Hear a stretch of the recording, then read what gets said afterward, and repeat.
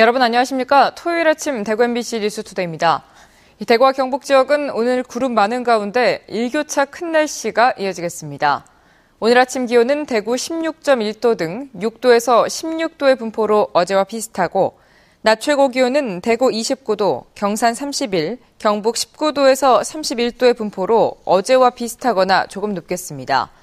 대구와 경북 8개 시군에 건조주의보가 내려진 가운데 당분간 낮과 밤의 기온차가 10도 이상인 일교차 큰 날씨가 이어지겠습니다. 대구 기상대는 일요일인 내일도 맑은 가운데 낮 최고 기온이 30도를 웃도는 여름 날씨를 보이겠지만 아침에는 쌀쌀한 날씨를 보여 일교차가 크다면서 건강에 주의를 당부했습니다. 6.4 지방선거 후보 등록이 모두 끝나고 오는 22일부터는 공식 선거운동이 시작되지만 선거 분위기는 여전히 가라앉아 있습니다. 세월호 참사 등 어지러운 전국 상황이 장기화되면서 정책 선거가 실종될 수 있다는 우려가 나오고 있습니다. 서성환 기자입니다. 지방선거가 20일도 채 남지 않았지만 선거 분위기는 여전히 가라앉아 있습니다. 세월호 참사 발생 한 달이 지나갔지만 구조와 인양이 끝나지 않아 애도 분위기가 이어지고 있고 야권이 지역 대부분의 기초단체장 선거에 후보조차 내지 못하는 상황이 겹쳐 선거에 대한 관심이 매우 낮습니다. 세월호 참사 이후에는 지금 선거운동 자체가 물밑으로 가라앉았고요. 그리고 정책이라고 하는 것들이 자세하게 나오는 대신에 안전 문제에 대한 관심이 더욱 높아진 그런 상황입니다.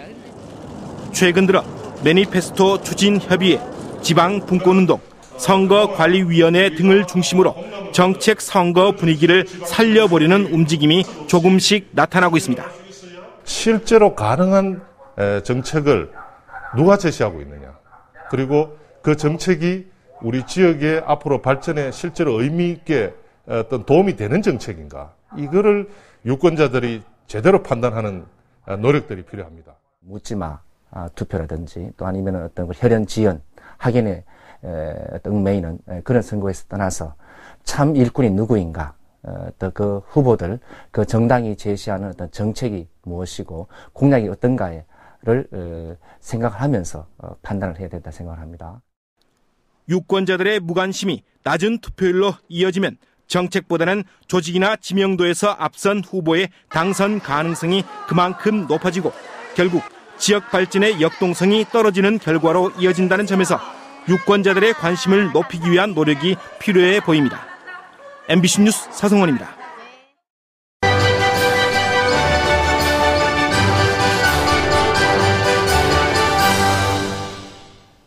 6.4 지방선거에 나선 후보들의 면면과 공약을 알아보는 열전 현장을 가다 순서입니다. 3선 연임 제한으로 현역 구청장이 빠지면서 가장 치열한 선거전이 펼쳐지고 있는 대구 북구청장 선거 현장 소개합니다. 박재형 기자입니다.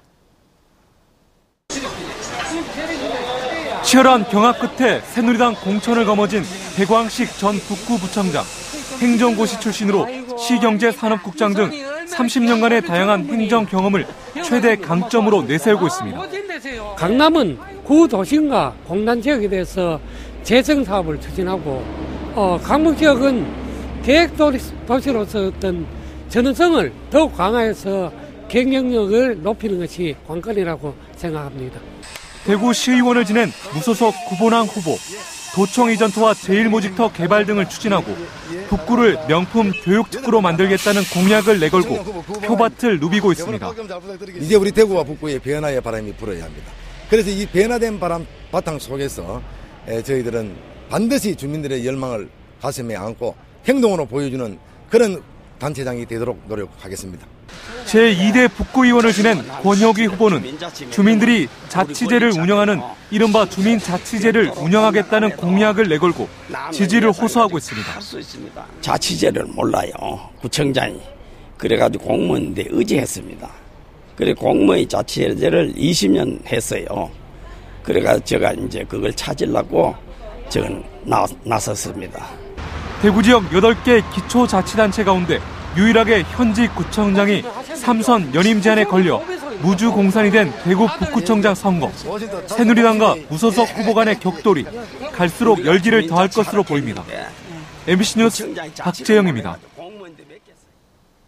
어제 뉴스데스크 시간에 보도해드린 산업통상자원부 산하 대경지역사업평가원의 술판 워크숍에 대해 산자부가 제 식구 감싸기에 급급하고 있다는 비판이 제기되고 있습니다.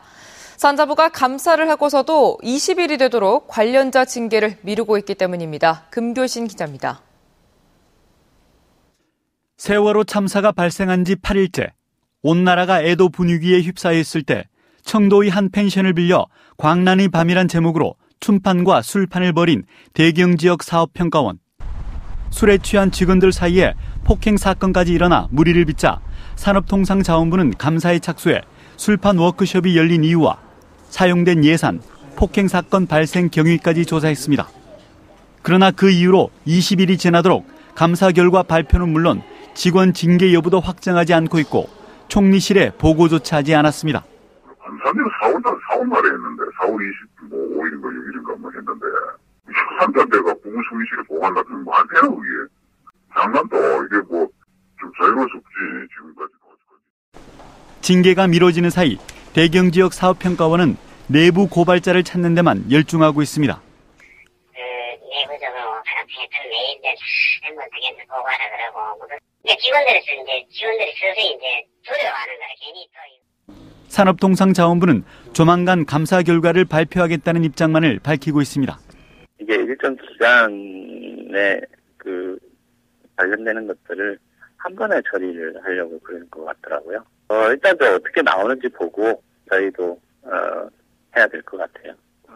대구시는 폭행 사건을 일으킨 간부 A 실장에게 최고 수위 징계를 내려줄 것을 산업통상자원부에 요청했습니다. MBC 뉴스 금교신입니다. 한국수력원자력은 경주 월성원전 4호기가 제12차 계획 예방 정비를 위해 오늘 오전 9시 발전을 정지한다고 밝혔습니다. 계획 예방 정비 기간에는 사전에 수립된 계획에 따라 설비 검사와 점검, 정비 등이 이루어지며 후쿠시마 원전 사고 후속 조치로 설치된 이동형 발전차의 성능도 시험합니다. 월성 4호기는 지난해 4월 6일 이후 무고장 안전 운영을 달성했으며 계획 예방 정비를 마치고 오는 7월 5일쯤 발전을 재개할 계획입니다. 대구지방법원 제12형사부는 지적장애 3급인 친딸을 2차례 성폭행한 혐의로 기소된 45살 박모 씨에게 징역 10년을 선고하고 80시간의 성폭력 치료 프로그램 이수를 명령했습니다. 재판부는 지적장애가 있는 미성년자 친딸을 2차례 성폭력한 것은 죄질이 매우 불량하고 피해자에게 평생 씻기 힘든 마음의 상처를 입혔다고 판결 이유를 밝혔습니다. 박 씨는 지적장애 3급인 친딸이 8살, 9살이던 2005년과 2006년 집에서 성폭행했는데 피해자 딸이 고등학교에 입학해 성교육을 받고 교사에게 피해 사실을 말하면서 성폭행 사실이 알려졌습니다. 한편 제12형사부는 11살이던 지적장애 3급 친손녀를 3차례 성추행한 71살 전모 씨에게 징역 4년을 선고하고 역시 80시간의 성폭력 치료 프로그램 이수를 명령했습니다. 대구사회연구소와 대구경북연구원은 어제 청년 비전정책 포럼 첫 번째 행사로 대구 청년의 문화 일자리 만들기 주제로 발표와 토론을 열고 청년단체 지원과 청년 워킹그룹 지원 사업으로 청년들의 일자리를 창출할 수 있다는 것을 제시했습니다. 대구사회연구소는 앞으로 3차례의 청년 비전정책 포럼을 통해 지역 청년 정책을 만들어 제안할 계획입니다. 경북 사회복지공동모금회는 도내 한부모 가정 자녀와 할아버지와 할머니와 생활하는 자녀들의 교복 구입비 1억 4천만 원을 지원합니다. 지원 대상은 해당 가정의 중고등학교 신입생 700명으로 경북 지역 23개 시군 추천을 통해 1인당 20만 원씩 지원할 예정입니다. 사회복지공동모금회는 새 교복 구입으로 인한 도내 저소득층의 부담을 줄여주기 위해 매년 교복 구입비를 지원하고 있습니다. 대구소방안전본부가 지난달 29일부터 열흘간 화재 등 재난사고의 가능성이 큰 쪽방촌과 다중이용시설 등 290여 개소에 대해 집중 안전점검을 실시했습니다. 소방본부는 소화기나 방화셔터 등의 안전시설 미비나 관리소홀, 매뉴얼 미비, 교육훈련 미흡 등의 사실을 찾아내 20개소 38건에 대해 시정명령 조치를 내렸습니다. 영진전문대학교가 유통회사인 이랜드리테일과 협약을 맺고 유통 전문 인력 양성에 나섭니다. 영진전문대는 이랜드리테일이 요구하는 교육과정을 올해 2학기에 개설해 기업이 요구하는 유통 전문 인력을 양성하고 이랜드리테일에 재직 중인 고졸 출신 직원들의 교육을 하게 됩니다. 이랜드리테일은 여름방학 기간 대학생들이 동화백화점 점포와 백화점 등에서 실습을 할 수 있는 기회를 제공하고 과정을 수료한 학생을 우선 채용할 계획입니다. 삼성 라이온즈는 20일부터 22일까지 포항 야구장에서 롯데자이언츠와 프로야구 주중 3연전을 치릅니다. 삼성과 롯데는 선두권 진입을 위한 중요한 시점에서 맞붙는 만큼 올해 첫 포항 경기는 치열한 명승부가 예상됩니다. 삼성 라이온즈는 지역민 배려 차원에서 오늘부터 19일 오후 1시에서 5시 포항 야구장 매표소에서 입장권을 현장 판매합니다.